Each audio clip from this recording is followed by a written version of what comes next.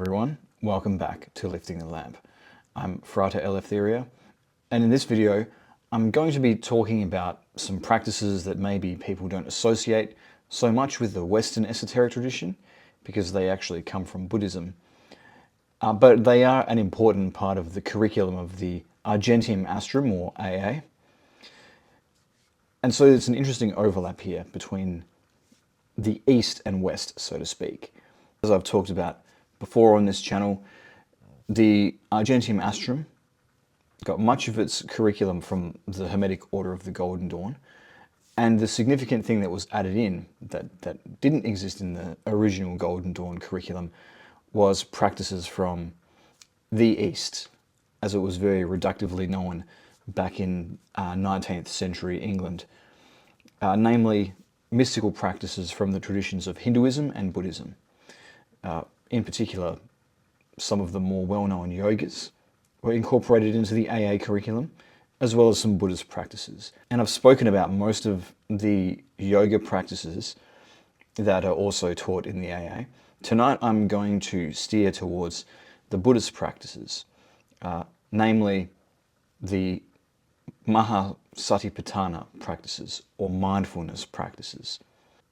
I didn't go deep into Mahasatipatthana, but I did enough to get a flavor for the kind of practices that are involved in the sorts of experiences and insights that you can gain by engaging in such practice.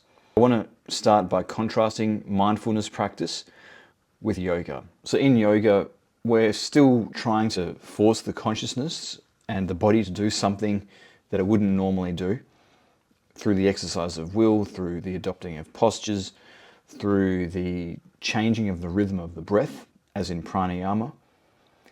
And we're also trying to add something. We're trying to gain a beautiful vision of the divine, of Brahman. The Buddhist practices are very different. They very much utilize the natural rhythms and the natural forms of perception innate in the human being without trying to modify them too much. And it's about subtracting something rather than adding some glorious, beauteous vision of Brahman, of the divine, and using that to get to an altered state of consciousness.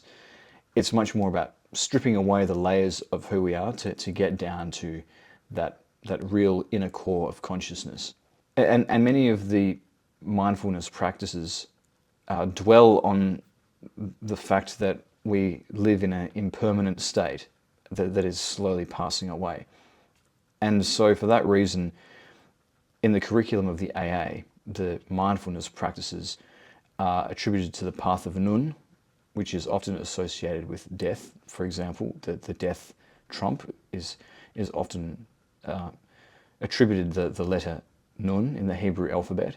And the AA task in Liber Viarium VA, corresponding to the letter Nun, is the preparation of the corpse for the tomb, with a reference to a Liber 25. And Jim Eshelman speculates that this book is in fact a reference to an essay by Crowley called Science and Buddhism, very much concerned with the kinds of practices we're talking about tonight. And his logic is a little bit confusing, so I won't go into details, but that's where these sorts of practices fit into the overall tasks of the AA and the overall AA curriculum. The main source for these types of mindfulness practices is the Mahasatipatthana Sutta, which gives a number of types of practices that a person can do in mindfulness. Contemplation of the body, or kaya nupassana, is one of them, focusing on things like breathing, our posture, parts of the body, including repulsive parts of the body, and contemplating the different stages of decomposition of a corpse. Another type of practice in this sutta is the contemplation of feelings, or vedana nupassana. Basically, comprehending different kinds of feelings and sensations, observing them, noticing them as they pass through our consciousness. Another type of practice given in the sutta is contemplation of the mind, or citta nupassana, in a similar vein, but rather than observing emotions or feelings as states of consciousness. And there is also the contemplation of mental qualities, or Dhammanupassana. And so towards the very end of 2018, in the very start of 2019, I decided to do some experimentation with Mahasatipatthana, with mindfulness practices. And I didn't have the intention of dedicating myself to this as a spiritual practice for years, to get a very deep level of mastery, because in my own mind, I saw that the tasks of such meditation or such mindfulness practice as running very much in parallel with Raja Yoga, which I was practicing regularly at the time. I very much saw these as two paths to the same destination, and I didn't see why I should dedicate myself so much to Mahasatipatthana when I was already putting in quite a lot of work in Raja Yoga. But I wanted to do it enough to give me a taste of the kind of experience that I would need to integrate the energies of Nun within the AA system. So that's what I set to work doing. I didn't go and do a 10-day long mindfulness retreat where I did 10 days of continuous meditation. A part of me wanted to do that, but even if I did want to do it fully, already I was starting to reach a time in my life by this stage where I had responsibilities. I couldn't just take 10 days off. It wasn't going to work. And anyway, the kinds of practices that I was pursuing were not even necessarily meditations. It was more the point of the practice to observe everyday actions. And through the act of pure observation, eventually interesting things would start to happen. And it sounds simplistic and like it's not something that would even work. But when you dwell on it, you start to realize how all over the place our perception is. We never focus on one thing for too long. We're distracted, we're drawn away by the next thought or the next whim that we have, the next impulse. And so we don't live each moment deeply. And what starts to happen when you really train your observation on what you're doing at a particular time, the best way to describe it would be like if you've ever played with a magnifying glass and something like a dried out old leaf in the garden, and on a sunny day you hold the magnifying glass and it makes a focused ray of light and heat, like in a point, a very concentrated point of light and heat. If you focus that onto a dried out leaf, at first nothing happens, then it starts to smolder a little bit, and then it starts to go black and maybe starts to light on fire. And if you hold that point of light for long enough, eventually it will burn a hole straight through the leaf so you can see what's on the other side. And so when we train our observation on things and we focus our awareness on something for long enough, the same sort of thing happens. We start to sear away all of the layers of ourself that we identify with, and we start to see what's beyond.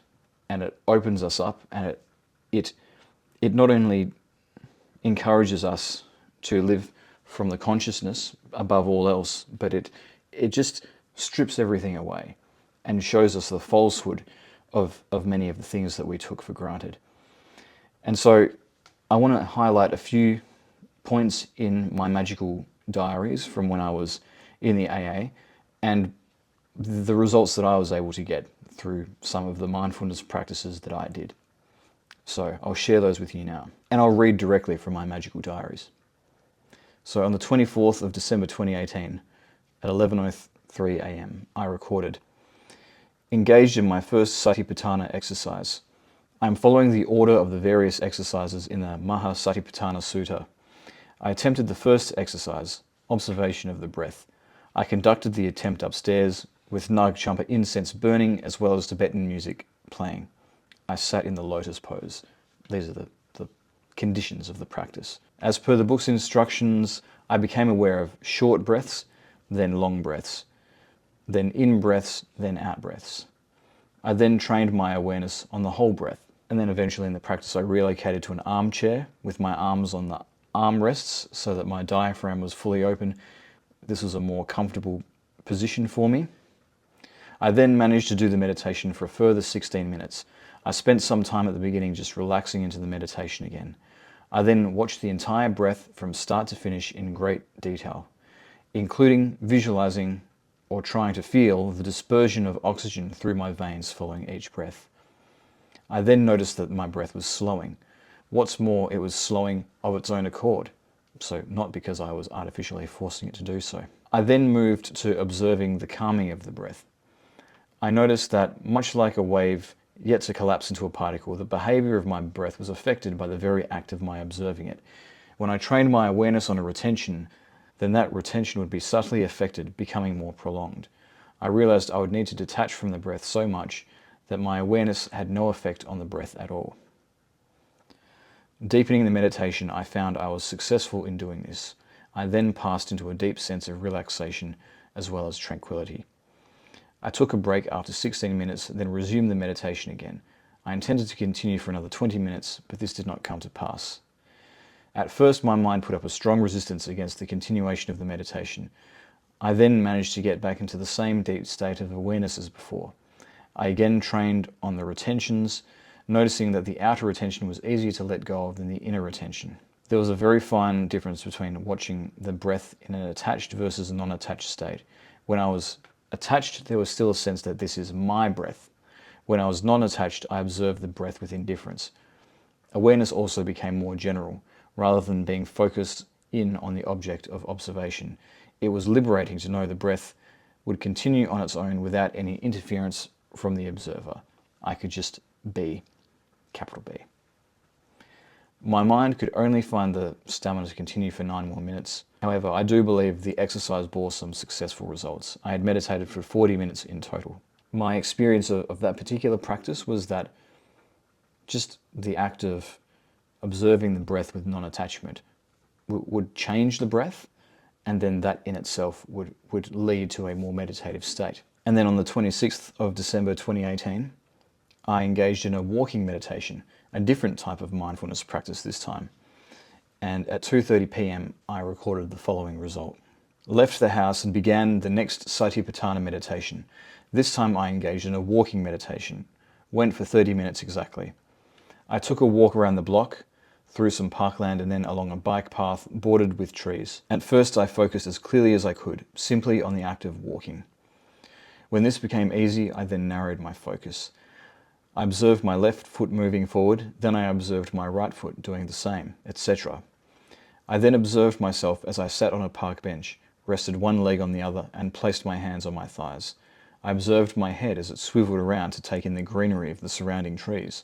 I became absorbed in my eyes' act of seeing. I then continued walking. Now, as I resumed meditating on walking, I found a peculiar sensation had overcome me. My attention was trained so sharply on the motion of my body that every action had become very deliberate. I felt as though I was an actor in a play, thinking very carefully about every bodily movement. I knew that in this state I was more aware but overly attached to the body. But I stayed with the feeling. I got to a stage where I fully trusted my body to continue walking automatically if my awareness disengaged. Then I let myself go. This brought on yet another peculiar sensation. It was as though I was sitting in the back seat of a car. I could see my bodily actions and my movement ever forward, but it was not me doing the walking. Nobody participated in the motion of my body. I simply observed the act of walking. At one stage, I sat down at another park bench while fully present. I took a minute to close my eyes and completely still my mind. I felt a sense of calm washing over me. Then I stood up and resumed walking. I observed the body walking in the same completely detached manner as before. I delved deeper into that act of observation. I noticed that although it seemed as though my body was perpetually moving forward in an unbroken flow, this was an illusion. I trained my attention on a single leg and noticed that on its own it was hopping. It would be pulled down so far by the force of gravity, then it would need to propel itself up again before inevitably falling to the floor again. Every time my left foot touched the ground again, it was the end of one impermanent condition and the beginning of another. The only reason I did not notice this was because my right foot would pick up the slack of the stalled left foot just in time to continue the momentum of my body. A thought suddenly popped into my mind. The body can only remain moving by jumping from one foot to the next. With that, I let out a loud and involuntary laugh as I suddenly became aware of how absurd the act of walking really is. After being overcome by the aforementioned temporary madness, I reached the end of the path. I turned and continued back the other way in the same fashion. I now deepened the meditation even further by combining detachment with hyper-awareness of the body's movement. Throughout the whole walking meditation, I found it was very difficult to train my attention on the motion of my body alone. It felt natural to begin incorporating the sights of my environment into the field of attention, as awareness of my eyes brought with it awareness of the fact that I was seeing. Similarly, attention to the body often flowed seamlessly into attention to the mind. I would change direction or fidget from time to time. I followed the stimulus for this back to its source and found a subtle reaction had taken place in thought. I got into a reasonably deep meditative state in the last few minutes of the exercise. As I became completely absorbed in the act of walking, my limbs seemed like 4 pendulums swinging back and forth repeatedly. I entered a semi-hypnotic state as a result of focusing on this phenomenon. I momentarily lost awareness even of my surroundings, let alone any other thought. After 30 minutes, I was back on the footpath of a busy road. The timing could not have been better. I decided it was time to end the meditation. If I continued on as before, I risked absent-mindedly walking in front of a turning car. I arrived home content, and then I just note that I experienced 9 or 10 breaks in the practice in total, and that it's much harder to meditate while in a state of activity in the outside world, because this number of breaks was particularly high for me in a meditation practice. Then at 3:47 p.m. I record more Satipatthana practice. This time I became aware of not only my bodily movements but also the desires giving rise to those movements. I continued the practice for 15 minutes. I took a sip of a drink I had poured myself, but derived no pleasure from tasting or swallowing the liquid. The original desire for the drink had arisen several minutes before, but had then passed away by the time I took a sip. I noted the fleeting impermanence of desire. I then moved towards Percy, it's my black cat, one of them, to give him a pat. I noticed 2 desires motivating this bodily movement. One was affection for Percy, the other was a desire to see his reaction to me stroking his fur. I then moved upstairs toward the shower. My desire was to remain clean because the feeling of being unclean is unpleasant. I observed myself washing my hands and how this was motivated by the desire to remove germs left over from patting Percy. This was in turn motivated by the desire to not become sick. I made note of the body's vulnerability to sickness, or at least the belief or fear of the extent of its vulnerability. Amazing to think about what happened a little over a year after I wrote this down. I observed myself preparing to shower. I then observed myself closing the shower door and how this was motivated by a desire to stop steam escaping and mold growing on the walls and on the roof as a result.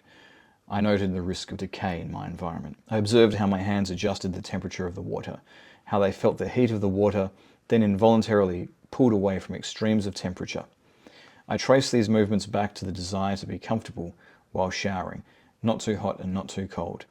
I observed how my hands were careful to spread shampoo to every inch of hair. I observed myself washing excess shampoo off my hands. I observed how this was motivated by the desire to avoid getting shampoo in my eyes and the stinging pain that would result.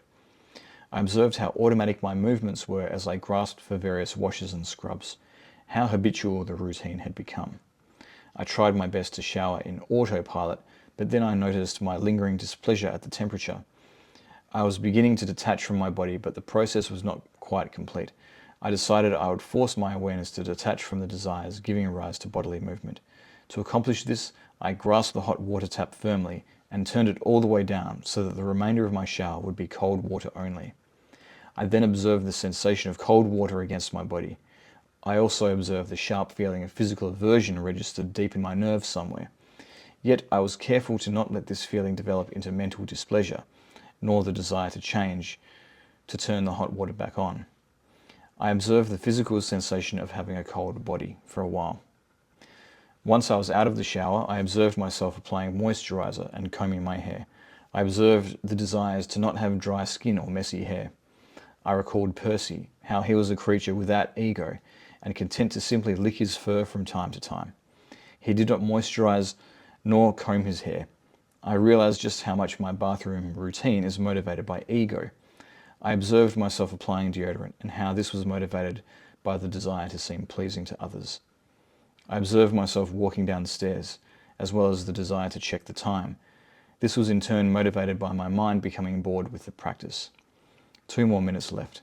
I allowed myself to slowly pace around the lounge room for the remainder of the exercise. I removed any thought or desire from my mind. For a time, I became content simply dwelling where I was. The meditation then ended. And then I make a note at the end of this exercise. I did not realize until now just how many little everyday acts contain the seed of some attachment or fear. Almost every ordinary activity is motivated by one craving or another. And this was an important insight for me to have. And so that practice was useful for that reason, and the prior walking meditation practice was also useful because you start to break down even something as basic and involuntary as walking, and starting to see the absurdity of it, and starting to, by breaking it down, you kind of break down your sense of self as well, and it becomes something more automatic, and then you can get more of a sense of the flow of pure awareness in that act. So learning lots of interesting little things in the results of these practices. Then 5 p.m. on this same day, following my last Satipatthana meditation, I have had an unsettled feeling that I cannot shake. Now that I'm aware of all the fear and craving inherent in everyday life, I cannot stop dwelling on it. I once went to visit a friend who lives in a block of flats in the city. He is up on the 7th floor. I went to see him recently. As I was walking along the walkway of his floor, I was in good spirits. I was blissfully unaware of how far up I was. Then I happened to look over the railing and noticed the enormous drop below. I immediately became disturbed about the lingering danger I was in, and how easy it would be for one to lose balance and tumble over the edge into oblivion. That same feeling of unease has returned in light of my most recent meditation. I cannot escape from the unflattering truth of the human condition.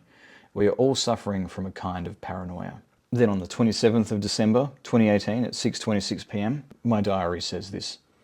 Began another mindfulness practice, a 1-hour mindfulness practice, observing various activities with clear understanding. In practical terms, this means observing every action with regard to 1. Considering whether the action is beneficial. 2. Consider whether the action is suitable or proper. 3. Consider whether the action is done with mindfulness. And 4. See all action as unsatisfactory, impermanent, not self. I thus became aware of various actions in one or more of these modes of observation. The first activity was a conversation with my girlfriend, where I let her know my intention to go through my old magical diaries to see whether I had completed any workings which overlapped with tasks of the AA. I then reflected on my actions in that moment and decided it would be beneficial and proper to go upstairs to retrieve my diaries. I needed sticky notes to bookmark the most important pages, and remembered I'd recently noticed a packet of sticky notes under the couch. I promptly retrieved them while remaining mindful of every gesture. I noticed the appearance of the pack of sticky notes. It was old looking and covered in dust. On first rediscovering them, my intention had been to go back and throw them away. Now I examined the sticky notes again. Though the outer packaging appeared very dusty and dirty, the notes within were still good as new. I had judged a perfectly good pack of notes on its shabby outward appearance. I reflected on how extreme my reaction to the appearance of physical degradation had been. I knew now that the proper course of action was not to waste the notes, but to make the best possible use of them. So you can see how one consequence of the practice is that we start to shed all of our BS assumptions about things and gain a better ability to see things as they truly are, which actually opens the world up a lot more in terms of the possibilities that we're able to see. So the entry continues. I went upstairs and began going through my old diaries. At this point, the mindfulness practice became very difficult. My mind inevitably wandered as I read over my old entries, but there were a few flashes of mindfulness throughout, and I was able to make a number of observations. I noticed that I no longer identified with many of the statements I had made in prior journals. Some were even embarrassing. The person who had written those words was not me. But if that person was not me, then who was it? And who am I now? I also noticed another phenomenon flowing on from my lack of identification. Since I was not that person anymore, I had no more nostalgia for the time of which I wrote. I was content to remember the memory with fondness without any desire to return to an earlier time. As time went on analysing my old diaries, I also began to contemplate the futility of it all. In keeping these diaries, I had wanted to preserve my past experiences for many years to come. But what for? No matter how well I preserved those experiences, they would fade into nothingness eventually. The record was not the experience itself, which passed away in a single moment. And the record itself would inevitably disappear. The pages of the journals would one day crumble into dust.